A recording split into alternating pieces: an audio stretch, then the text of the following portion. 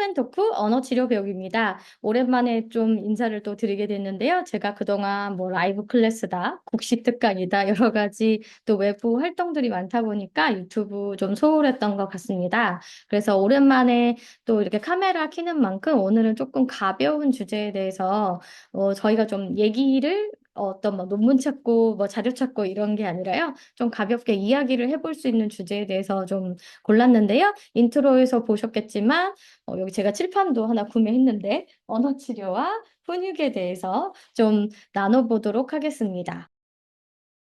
많은 언어 재활사 분들이 저도 이제 20년 차 제 언어 재활사인데 언어 치료할 때 언어 치료에 대한 스킬, 방법만큼이나 고민을 하는 것이 아동에게 어떻게 적절하게 훈육을 하고 말을 하고 어떻게 다룰까에 대한 고민들이 굉장히 많으세요. 저도 실제로 아동 분야를 이제 선택을 했을 때 가장 고민이 되는 게 제가 아이에 대해서 그 당시에 너무 몰랐기 때문에 내가 아이라고 잘 말할 수 있을까? 아이가 이렇게 잘못된 행동을 할 때 어떻게 정정을 해줘야 되지? 라는 그런 고민들이 굉장히 많았었던 것 같고, 그때 이제 육아 프로그램이나 뭐 심리학 프로그램이나 또 심리학 책이나 이런 것들 많이 참고했던 것 같아요. 그래서 오늘은 근데 치료사들이 어떻게 훈육하면 좋을까에 대한 영상은 아니고요. 부모님들도 저희가 이렇게 언어 치료만큼이나 훈육 부분을 한 반 정도 또 과장을 하자면 저희 어떤 치료사 생활의 반 정도 중요하게 생각을 하는데 이만큼이나 언어 치료에서 훈육 부분, 집에서 교육하시는 부분을 중요하게 생각하고 계실까? 라는 어떤 질문을 좀 던져보는 시간이에요. 훈육을 굉장히 잘 하고 또 데리고 오시는 분도 있으시지만 아무래도 발달이 늦은 아동을 키우다 보니까 일반적인 아동들보다는 너무나 훈육이 힘드시기 때문에 훈육 부분에서 좀 어려움을 겪으시는 분들도 꽤 많으신 것 같아요. 근데 어렵더라도 왜 우리가 이 부분을 언어 치료할 때 꼭 해야만 하는가에 대해서 어쩌면 제가 좀 강조를 드리고 싶어서 오늘 주제를 골랐어요. 많은 부모님들께서 언어 치료 시간에 언어가 이제 좋아지고 또 이제 발달 영역에서 아이가 어떤 것을 성취하고 인지가 높아지는 데는 관심을 가지시는데 훈육에 대해서는 꽤 이렇게 비중을 좀 낮게 생각하시는 경우가 많이 있어요. 그래서 훈육이라는 것은 첫 번째로는 어떤 사회적 규칙, 옳고 그름에 대해서 알려주는 부분이 있을 거고, 혹은 아동이 그 시기에 발달상에 해나가야 할 것들을 좀 해야 할 때 그것을 좀 지도하는 부분이 있을 것 같아요. 그러니까 예를 들면은 사람을 때리면 안 되겠죠? 선생님 말을 잘 들어야겠죠? 남을 존중해야겠죠? 다른 사람 말을 잘 들어야겠죠? 이런 것이 이제 옳고 그름에 대한 훈육이고 또 아이가 발달상에 해야 될 것을 좀 잘 지도하시는 부분도 훈육의 또 일부일 텐데 예를 들어 신발을 신고 뭐 옷을 입는다든가 기저귀를 뗀다든가 이런 어떤 자기 나이대에 맞춰서 해야 될 어떤 지표들이 있잖아요. 그런 것들을 또 지도하는 부분이 있으실 거예요. 근데 이 훈육이 얼마만큼 아이들의 발달에 중요한 영향을 미치는지를 정확하게 모르시는 분 꽤 있는 것 같아요. 저희가 요즘 어떤 화용 언어, 뭐 사회성 이런 것들이 지금 굉장히 이슈가 되고 관심을 갖잖아요. 근데 사회성이라는 게 과연 무엇인가 생각해 보면 결국 언어를 나만 쓰는 게 아니라 나조차고 막 내 원대로 내가 중심이 돼서 내가 원하는 단어로 이야기하는 게 사회성, 화용 언어가 아니라 남이 알아들을 수 있는, 남과 소통할 수 있는, 남을 존중하고 배려할 수 있는, 같이 어울릴 수 있는 차원에서 언어를 사용하는 게 바로 화용 언어의 어떤 핵심이잖아요. 그런데 이제 훈육의 기본적인 사회적 규범에 대해서 훈육이 되지 않은 아동이 화용 언어 치료를 받는다고 해서 화용 언어가 늘 수 없다는 것이 저의 굉장히 오랫동안의 생각입니다.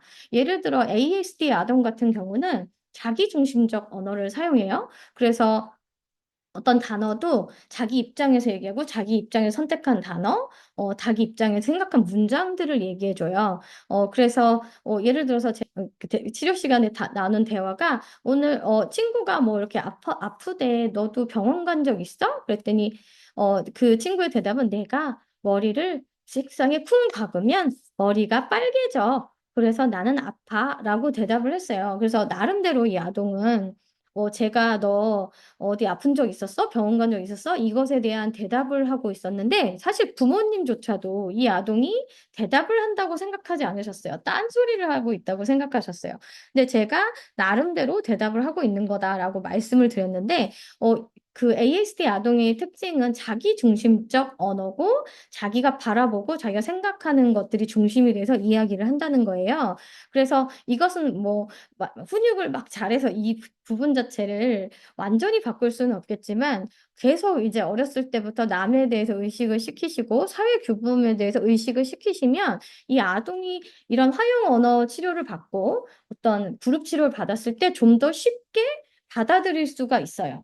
이 훈육 자체가 화용 언어를 바꿔줄 수는 없지만 화용 언어를 받아들일 수 있는 기초를 만들어주는 거죠. 그래서 AST 친구들이 나빠서가 아니라 이런 규칙들을 배우는데 취약하기 때문에 부모님이 좀 더 이런 것들을 잘 다져주시면 더 쉽게 이 아동이 성장하는 걸 보게 돼요.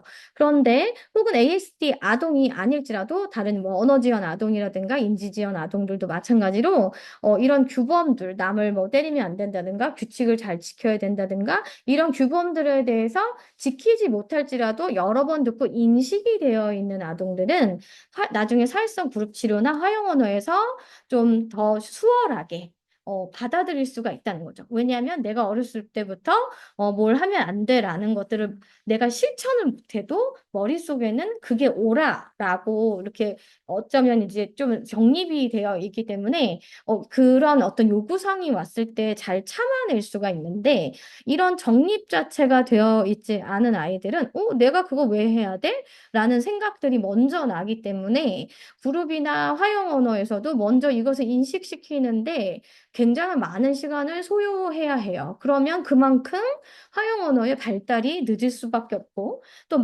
너무 많은 시간을 이런 인식에 쏟아붓게 된다면 정작 발달해야 될 스킬들은 못하게 된다는 거죠. 그래서 이런 인식이 되지 않은 아동에게 스킬을 가르쳐 봤자 결국 남하고 놀고 싶고 존중하고 어울리고 싶은 그런 마음들을 키우고 왜 이것을 해야 하는가에 대한 의식들을 가르치는데 너무 많은 시간을 쓰기 때문에 결국 화용언어 발달 자체가 또 늦어지게 됩니다. 그리고 이제 두 번째 어떤 사회적으로 이제 성숙한 부분과 함께 아동이 이제 발달 지표대로 해야 할 일들을 가르치는 부분에 있어서도 예를 들어 저는 이런 부모님들을 굉장히 많이 봤거든요. 치료 시간에 이제 열심히 치료하고 집에 가는데 아동이 나가는 순간부터 손 하나 까딱할 필요가 없어요. 엄마가 신발끈 다 묶어주고 겉옷도 다 입혀주고 목마르다 그러면 물도 먹여주고 근데 이 아동이 뭐 26개월, 30개월 이 정도의 아동이 아니라 만 4세 이상의 충분히 자립을 할 수 있는 아동이었고 물론 어떤 아동들은 손동작이 좋지 않고 발달이 미숙하기 때문에 신체적으로 조금 도와주셔야 할 부분도 있기는 있어요.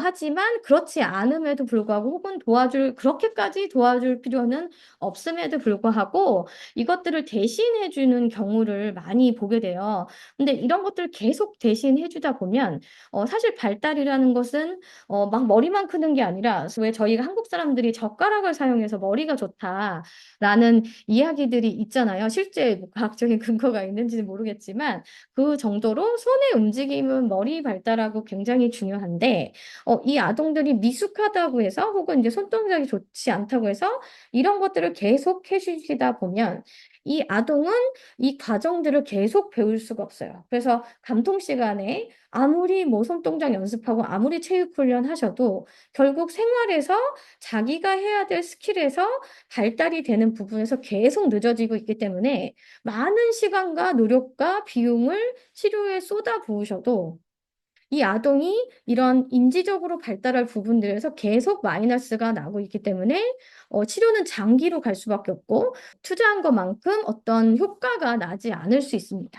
그리고 아까 화용 언어 얘기도 잠깐 했지만 나이가 굉장히 많은데도 불구하고 코를 푼 다음에 저한테 버려주세요라고 말하는 친구들이 사실 꽤 있어요. 근데 이 아동이 평소에 습관이 이제 나타나는 부분이겠죠. 자기가 이런 화용이 잘 돼 있는 친구들은 자기가 이제 버릴 것을 막 찾아요. 그리고 선생님 휴지통이 어디 있어요? 물어보기도 하고 어디다 버려야 돼요? 라고 이제 물어보는데 이 아동들은 집에서는 휴지통이 어디 있는지 알아서 물론 버려달라고는 안 했겠지만 어떤 이제 해결 과제가 있을 때 이 다음으로 넘어가지 못하는 거죠. 그래서 이렇게 어려움이 있을 때 부모님이 그것들을 신발 신는 거, 뭘 버리는 거, 뭘 조작하는 거 이것들을 계속 도와주셨기 때문에 아동들이 어떤 도전하고 참고 견디고 이 다음 단계로 넘어가기 위해서 노력하거나 혹은 내가 이런 상황이 되면 어떻게 해야 되지? 라는 사고를 할 기회가 없는 거예요. 그래서 저희가 이 내 마음이 왜 그럴까 어플에도 있지만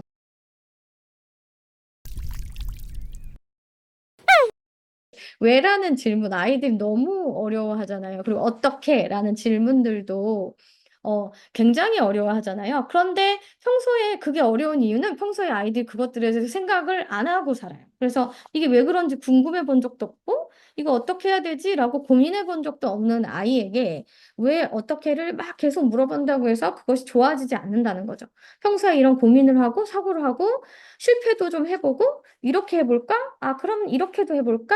이렇게도 해볼까? 이렇게 많은 도전을 해본 아이들이 어떻게라는 과제에서도 또 월등한 능력을 보인다는 거예요. 그래서 이것이 인지와 관련된 부분이잖아요. 그래서 책에 나온 대답을 해도 저희가 이제 또 ASD 아동 문제를 또 넘어가는데, 혹은 사회성이 조금 이제 어려운 아동들이 어떤 실제적으로 사회에 나가서 또 공부할 때 또 사람들과 어울릴 때 문제 해결을 못하고 상황 인식을 못하는 일들이 자꾸만 벌어지잖아요.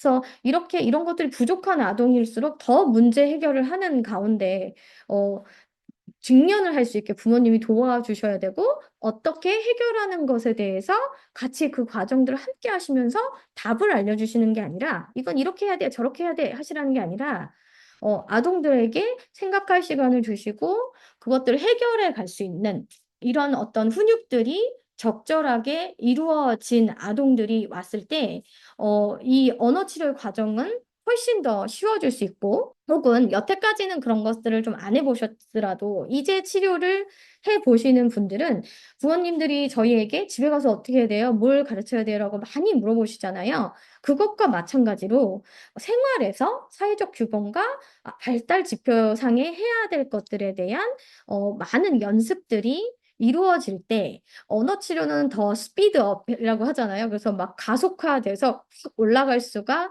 있다는 거죠.